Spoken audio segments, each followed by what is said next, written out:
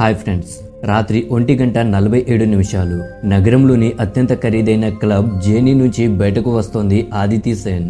ఎర్రటి గౌను, సన్నటి high heels, చేతుల్లో బంగారు బ్రాస్లెట్లు, కళ్ళల్లో సన్నని నిద్రమత్తు. చివరి డ్రింక్ తాగకపోతే బాగుండేదేమో అనిపిస్తోంది. తల కాస్త తిరుగుతోంది. అయినా ఆదితి నవ్వుకుంది. ఇవాళ ఆమె పుట్టినరోజు. 23 ఏళ్లు పూర్తి చేసి 24వ ఏట అడుగు పెడుతోంది.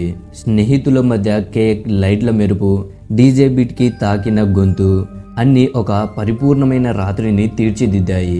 ఆదితికి తెలుసు, ఈ నగరంలో తన స్థానం ఎంత గొప్పదో. పెద్ద హోటల్ వ్యాపార సామ్రాజ్యానికి ఒక్కటే వారసురాలు, స్వేచ్ఛగా జీవించే ఒక ఆధునిక యువతి. ఆమె స్వయంగా కారు డ్రైవ్ చేస్తూ ఇంటికి బయలుదేరింది. రాత్రివేళ రోడ్లు ఖాళీగా ఉంటాయి. చల్లని గాలి, చంద్రుని వెలుగులో నగరం ఒక వింత రంగుతో మెరుస్తోంది. ఆమె 5 స్టార్ ఫ్లాట్ వైపు కారు నడుపుతోంది. సాధారణంగా ఆమె గేట్ బయట ఎవరు ఉండరని తెలుసు. సెక్యూరిటీ ఎప్పుడు అప్రమత్తంగా ఉంటారు.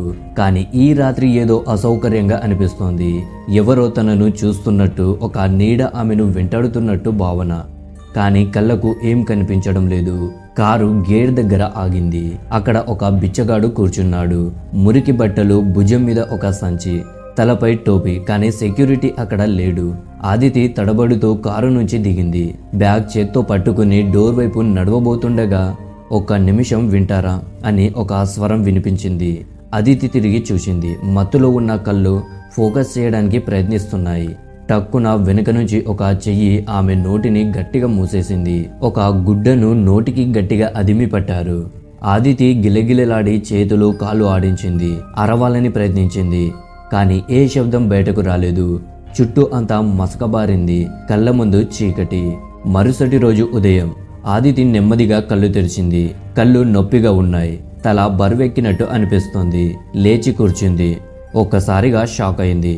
ఇది ఎక్కడ? దూరంగా కొండలు, కలప జన్నెలు, బయట నీటి జలపాతం శబ్దం. గది లోపల మట్టి నెల, ఒక చిన్న టేబుల్ మీద కొన్ని ఎండిన రొట్టెలు, నీళ్ల గిన్నె. ఆమె శరీరం బరువుగా ఉంది. హఠాత్తుగా చేతిపై దృష్టి పడింది. ఎర్రటి కుంకుమ, స్పష్టంగా కనిపిస్తున్న కుంకుమ గీత. ఆమె ఆశ్చర్యంతో నిశ్చయిష్టురాలైంది. ఇది ఏంటి? ఎవరిది రాశారు అని గుర్తు ప్రయత్నించింది. కానీ ఏమీ గుర్తు రాలేదు. రాత్రి గేట్, ఆ నీడ, ఆపై ఊపిరి ఆగిపోయిన క్షణం మాత్రమే గుర్తొచ్చింది. ఎవరైనా ఉన్నారా? నన్ను కాపాడండి అంటూ ఆమె అరిచింది. కానీ జవాబు లేదు. జలపాతం శబ్దం, పక్షుల కిలకిల, ఒక వింత నిశ్శబ్దం తప్ప.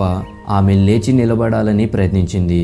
కాళ్ళు వణుకుతున్నాయి. తల తిరిగింది. నెమ్మదిగా డోర్ వైపు నడిచింది. డోర్ బయట నుంచి తాళం వేసి ఉంది. ఆదితి గుండె గట్టిగా కొట్టుకుంది. నాకేం జరిగింది? ఈ కుంకుమ, ఇది పెళ్ళ? ఎవరి మనిషి? నన్ను ఎక్కడికి తీసుకొచ్చాడు? ఏం కావాలి అనే భయం, అవమానం, గందరగోళం అన్నీ కలిసి ఆమె మనసులో తిరిగాయి. రోజులు గడిచాయి. 1 రోజు, 2 రోజులు, ఆపై 1 వారం. ఆదితి కాలంలో బందీ అయినట్టు అనిపించింది. ప్రతిరోజు ఉదయం ఆ వ్యక్తి, తన గురించి ఏమీ చెప్పని ఆ మనిషి, గదిని తాళం వేసి బయటకు వెళ్తాడు. సాయంత్రం తిరిగొస్తాడు. వెళ్లే ముందు చిన్న టేబుల్ మీద వండిన అన్నం, పప్పు, ఒక్కోసారి గుడ్డు ఉంచి వెళ్తాడు. గది డోర్ బయట నుంచి తాళం వేసి ఉంటుంది. ఆదితి ఈ రోజుల్లో ఎన్నోసార్లు అరిచింది. మొబైల్ లేదు, ఆమె పర్స్ లేదు. ఎలా ఇక్కడికొచ్చిందో సరిగ్గా గుర్తులేదు. ఇంతలో కోల్కతా నగరం ఒక అంధకారంలో మునిగిపోయింది. ఆదితి ఎక్కడ? ఆమె అంకుల్ లాంటి బంధువులు దిశ తప్పిన వారిలా అయోమయంలో ఉన్నారు. ఆదితికి 15-16 ఏళ్ల వయస్సులోనే తల్లిదండ్రులు చనిపోయారు. అప్పటి నుంచి అంకుల్, ఆంటీ ఆమెను సొంత కూతురిలా చూసుకున్నారు. ఇప్పుడు ఆ ఆదితి కనబడడం లేదు. పోలీస్ రిపోర్ట్ రాశారు. మీడియాలో ఆమె ఫోటోలు వ్యాపించాయి. అయినా ఆమె ఆచూకీ లేదు. ఎవరూ ఏమీ చూడలేదు. ఒకరు మాత్రం చెప్పారు, ఆదితిని చివరిసారిగా రాత్రి 1:47 సొంత కారు డ్రైవ్ చేస్తూ గేట్ దగ్గర చూశానని. ఆ మనిషి ఎవరు అని అతిథి ప్రతిరోజు తనలో తాను ఒకే ప్రశ్న వేసుకుంటోంది. అతను నన్ను ఎందుకు ఇక్కడికి తీసుకొచ్చాడు? అతని కళ్ళలో ఒక రకమైన కోపం, కానీ ముఖంలో నిశ్శబ్దం. మాటలు చాలా తక్కువ. ద్వేషించడు, చెడుగా మాట్లాడడు. కేవలం ఆమెను బందీగా ఉంచాడు. ఒకరోజు ఆకాశం మబ్బులతో కప్పబడింది. కాసేపటి క్రితం వరకు సూర్యకాంతిలో మెరిసిన పరిసరాలు ఇప్పుడు నిశ్చలంగా ఉన్నాయి. తుఫాను రాకముందు ఒక వింత నిశ్శబ్దం. ఆ రోజు ఆదితి గదిలో పాత అల్మారాను తడమడం మొదలుపెట్టింది. అక్కడ ఒక కవరు దొరికింది. లోపల కొన్ని ఉత్తరాలు, ఒక పాత ఫోటో. ఆ ఫోటో చూసి ఆమె కళ్ళు ఒక్కసారిగా చెదిరిపోయాయి. ఫోటోలో ముగ్గురు కనిపిస్తున్నారు. 2 అమ్మాయిలు, 1 అబ్బాయి. ఆ అబ్బాయి ముఖం ఇప్పుడు ఆమెను బందీగా ఉంచిన వ్యక్తి ముఖంలా ఉంది. ఇతను అబ్రజిత్ కదా అని అదితి తనలో తాను అనుకుంది.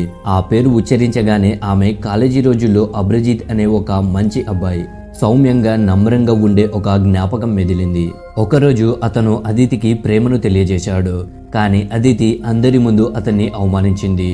నీవు నాకు సాటివి కాదు, అద్దంలో నీ మొహం చూసుకున్నావా, పేద బిచ్చగాడివి, కోటీశ్వరురాలైన నన్ను ప్రేమించడానికి వచ్చావా అని అన్నది. స్నేహితులు నవ్వారు. అబ్రజిత్ నిశ్చేష్టుడై నిలబడ్డాడు. కొద్దిసేపటి తర్వాత నిశ్శబ్దంగా వెళ్ళిపోయాడు. ఆ తర్వాత మళ్ళీ కనిపించలేదు. అదితి ఒక్కసారిగా జలధరించినట్టు ఆగిపోయింది. అతనే నన్ను ఇక్కడికి తీసుకొచ్చాడు. అబ్రజిత్ జ్ఞాపకాలు ఒక్కొక్కటిగా ఆమె ముందు తెరుచుకున్నాయి. ఈ గది, ఈ కొండలు, ఈ నిశ్శబ్దం, ఇవన్నీ ఆ దీర్ఘకాల ప్రతీకారం యొక్క కథను దాచి ఉన్నాయి. అదితి నేలపై కూర్చుంది. ఫోటోను గట్టిగా పట్టుకుంది.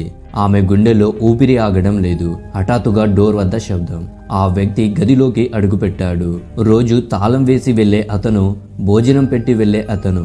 అదితి సాహసం చేసి అడిగింది, నీవు అబ్రజిత్ కదా అని. అతను ఒక్క క్షణం ఆగాడు. కొన్ని సెకండ్ల పాటు నిశ్చలంగా నిలబడి, అయితే నన్ను గుర్తుపట్టావా అన్నాడు. అదితి ఆశ్చర్యంతో, నీవు నా ఇంటి గేట్ దగ్గర బిచ్చం ఎత్తుకుంటున్నావు. నీవు నాతో ఇలా ఎందుకు చేశావు? ఇది ప్రతీకారమా? నన్ను అవమానించడానికి ఒక కొత్త మార్గమా అని అడిగింది. అబ్రజిత్ చిన్నగా నవ్వాడు. కానీ అది నవ్వు కాదు. జలపాతం వైపు చూస్తూ ఒక్క క్షణం ఆగి, నీ తండ్రి చనిపోయే కొన్ని సంవత్సరాల ముందు నా తండ్రి దగ్గరకు వచ్చారు. వాళ్ళిద్దరి మధ్య పాత స్నేహం ఉండేది. నీకు తెలియకపోవచ్చు. ఆ రోజు నీ తండ్రి అన్నారు. అదితి చాలా పట్టుదలగలది. ఎప్పుడు తన మనసు వచ్చినట్టు చేస్తుంది. కానీ ఈ ప్రపంచంలో ప్రేమ, గౌరవం విలువ ఏంటో ఆమెకు తెలియడం లేదు. నీ తండ్రి చివరి కోరిక ఏంటంటే నీవు ఒక అహంకారాన్ని వదిలి నీ నిజమైన స్వరూపాన్ని గుర్తించేవాడిని పొందాలి. నీవు షరతులు లేని ప్రేమను అనుభవించాలి. అందుకే నా తండ్రితో అన్నారు, నీ కొడుకు ఒకవేళ అదితి జీవితంలో ఆసరాగా నిలబడితే నేను కృతజ్ఞుడిని అవుతాను అని. కానీ అదితికి ఈ విషయం తెలియకూడదు. అదితి కళ్ళల్లో నీళ్లు తిరిగాయి. అయినా అడిగింది, మరి ఆ ఆస్తి నీ పేరు మీదనా? అబ్రజిత్ తల వంచి, అవును, ఒక వీలునామా ఉంది. నీవు 25 నిండిన తర్వాత నీ ఇష్టంతో నన్ను భర్తగా స్వీకరిస్తే నీ తండ్రి సంపత్తి అంతా నా పేరు మీదకు రావాలని కోరుకున్నారు. ఎందుకంటే నేను నిన్ను చూసుకుంటానని వాళ్ళు నమ్మారు. కానీ ఈ దారిలో ఇలా జరుగుతుందని నాకు తెలియదు అని చెప్పాడు. దాంతో అప్పుడు అతిథి, అంటే నువ్వు పథకం ప్రకారం నన్ను పెళ్లి చేసుకున్నావా అంటూ అడిగింది. అబ్రజిత్ బాధతో, లేదు అతిథి, ప్రతీకారం కోసం కాదు. నీ అవమానం, నీ అహంకారం నాకు అర్థమయ్యాయి. అయినా మన పెళ్లి జరిగిన రోజు నేను ఆలోచించాను, సమయమిస్తే నీవు మారతావనే. నీవు మారావు కూడా. ఇప్పటి అదితి ఆ గతంలోని అదితి కాదు అంటూ అబ్రజిత్ చెప్పుకొచ్చాడు. అయితే తర్వాతి రోజులు నెమ్మదిగా మారాయి. అబ్రజిత్ ప్రతిరోజు సామాన్యంగా, నిశ్చలంగా, శాంతంగా ఉంటాడు అని అదితి గమనించింది. అతను రోజంతా కష్టపడతాడు, వంట చేస్తాడు, చలిలో రాత్రంతా తడిసి పని చేస్తాడు. కానీ ఒక్క ఫిర్యాదు చెప్పడు. ఒక రాత్రి అదితికి హఠాత్తుగా జ్వరం వచ్చింది. శరీరమంతా బలహీనమై మంచం నుంచి కూడా లేవలేకపోయింది. ఆమె గొంతు ఎండిపోతోంది, పెదవులు పగిలిపోతున్నాయి. అప్పుడు డోర్ వద్ద శబ్దం. అబ్రజిత్ వచ్చాడు. పరిస్థితిని ఒక్క క్షణంలో అర్థం చేసుకున్నాడు. రాత్రంతా ఆమె నీళ్లతో తడిసిన గుడ్డను నీళ్లలో ముంచి నుదుటిపై ఉంచాడు. మందులు తాగించాడు. ఒక్కసారి కూడా విసుగు చెందలేదు. ఎలాంటి ప్రతిస్పందన, ఫిర్యాదు లేదు. ఆదితి కళ్ళు భారంగా మూతపడ్డాయి. చివరిసారి కళ్ళు తెరిచినప్పుడు అబ్రజిత్ ఆమె పక్కన కూర్చులో కూర్చొని నిద్రపోతున్నాడు. ఆ క్షణం ఆమెను లోతుగా కదిలించింది. మొదటిసారి ఆమె ఆలోచించింది, ఈ మనిషి ఎలాంటి ఆశ లేకుండా నా పక్కన నిలబడ్డాడు. అతను నాకు అర్హుడా అని. మరుసటి రోజు ఉదయం ఆ రాత్రి దృశ్యం ఆమెను మనసులో మళ్ళీ తిరిగింది. అబ్రజిత్ వంటగదిలో నిశ్శబ్దంగా అన్నం వండుతున్నాడు. అదితి నెమ్మదిగా మంచం దిగి ఆలోచించకుండా టీ కాయడం మొదలుపెట్టింది. మొదటిసారి తన ఇష్టంతో అబ్రజిత్ కోసం ఒక కప్పు టీ తయారు చేసింది. టీ అదిరించినప్పుడు అబ్రజిత్ ఆశ్చర్యంగా చూశాడు. ఏమీ అనలేదు. కానీ అతని కళ్ళల్లో ఒక నిశ్చల ఆశ్చర్యం, ఒక మాయమైన సంతోషం. నెమ్మదిగా ఆదితిలో మార్పు మొదలైంది. కానీ ఒక ప్రశ్న మాత్రం మిగిలిపోయింది. ఆదితి నిజంగా మారుతోందా లేక స్వేచ్ఛ కోసం నటిస్తోందా అని. ఆమె ఉదయం లేచి వంట నేర్చుకుంది. అబ్రజిత్ నిశ్శబ్దంగా చూస్తూ ఉండేవాడు, ఏమీ అనేవాడు కాదు. ఒకరోజు ఉదయం గాలి సన్నగా వీస్తోంది. అదితి జలపాతం దగ్గర కూర్చుని బయట చూస్తోంది. గడియారం శబ్దం తప్ప ఏ శబ్దం లేదు. అబ్రజిత్ నెమ్మదిగా దగ్గరకు వచ్చి మృదువైన స్వరంతో అన్నాడు, ఈరోజు నీవు 25 నిండావు అదితి. నీవు ఇప్పుడు స్వేచ్ఛగా ఉన్నావు. వెళ్ళాలనుకుంటే వెళ్ళవచ్చు. ఒకవేళ నువ్వు కోరుకుంటే ఈ సంపత్తి నీ పేరు మీద రాసివ్వగలను అని చెప్పాడు. అదితి నిశ్చలంగా ఉండిపోయింది. ఏమీ అనలేదు. టక్కున డోర్ వద్ద గట్టిగా తట్టిన శబ్దం. అబ్రజిత్ డోర్ తెరిచాడు. అక్కడ అదితి అంకుల్ నిలబడి ఉన్నాడు. కోపంతో ముఖం ఎర్రబడి వెనక ఆంటీ, 2 పోలీస్ అధికారులు. అంకుల్, నిన్ను ఎక్కడెక్కడ వెతికాంరా, ఈ పిచ్చి చోట్లో ఒక్క క్షణం కూడా ఉండకూడదు అంటూ అరిచాడు. పోలీస్ అధికారి శాంతంగా, మీరు అదితి సేన్ కదా అని అడిగాడు. అదితి తల ఊపింది. మీ పేరు మీద మిస్సింగ్ డైరీ రాశారు. మీ బంధువులు చెప్పారు మీరు మానసికంగా అస్థిరంగా ఉండి హఠాత్తుగా కనిపించకుండా పోయారని. అబ్రజిత్ ఏదో అనబోయాడు. కానీ అదితి ఒక అడుగు ముందుకు వేసి, నేను పూర్తిగా సుస్థిరంగా ఉన్నాను. ఈ ఇంటికి నేను స్వచ్ఛందంగా వచ్చాను. నేను పెద్దదాన్ని. నా నిర్ణయాలు నేనే తీసుకోగలను అని చెప్పింది. పోలీస్ అధికారి, మీరు ఇక్కడే ఉండాలనుకుంటున్నారా అని మళ్ళీ అడిగాడు. అదితి మళ్ళీ తల ఊపింది. అవును, నేను అబ్రజిత్తో ఉండాలనుకుంటున్నాను. మేము పెళ్లి చేసుకున్నాం. అంకుల్ కోపంతో అరిచాడు, నీకు బుద్ధి ఉందా? నీ తండ్రి కోట్ల సంపత్తి వదిలేసి ఒక పేదవాడితో సంసారం చేయాలనుకుంటున్నావా? అప్పుడు డోర్ బయట నుంచి ఒక స్వరం వినిపించింది. May I come in? ఒక స్మార్ట్ శాంతమైన లాయర్ గదిలోకి అడుగుపెట్టాడు. చేతిలో ఒక మందమైన ఫైల్. అబ్రజిత్ లేచి, మిమ్మల్ని ఉదయం ఫోన్ చేశాను అన్నాడు. లాయర్ తల ఊపి ఫైల్ తెరిచి, ఇదిగో వీలునామా. అదితి సేన్ తండ్రి చనిపోయే ముందు ఒక షరతుతో వీలునామా రాశారు. అదితి 25 నిండిన తర్వాత స్వచ్ఛందంగా ఎవరినైనా భర్తగా స్వీకరిస్తే సంపత్తి అంతా ఆ భర్త పేరు మీదకు రావాలని స్పష్టంగా రాశారు. గదిలో నిశ్శబ్దం. అంకుల్ నోరు తెరిచి చూస్తూ ఉండిపోయాడు.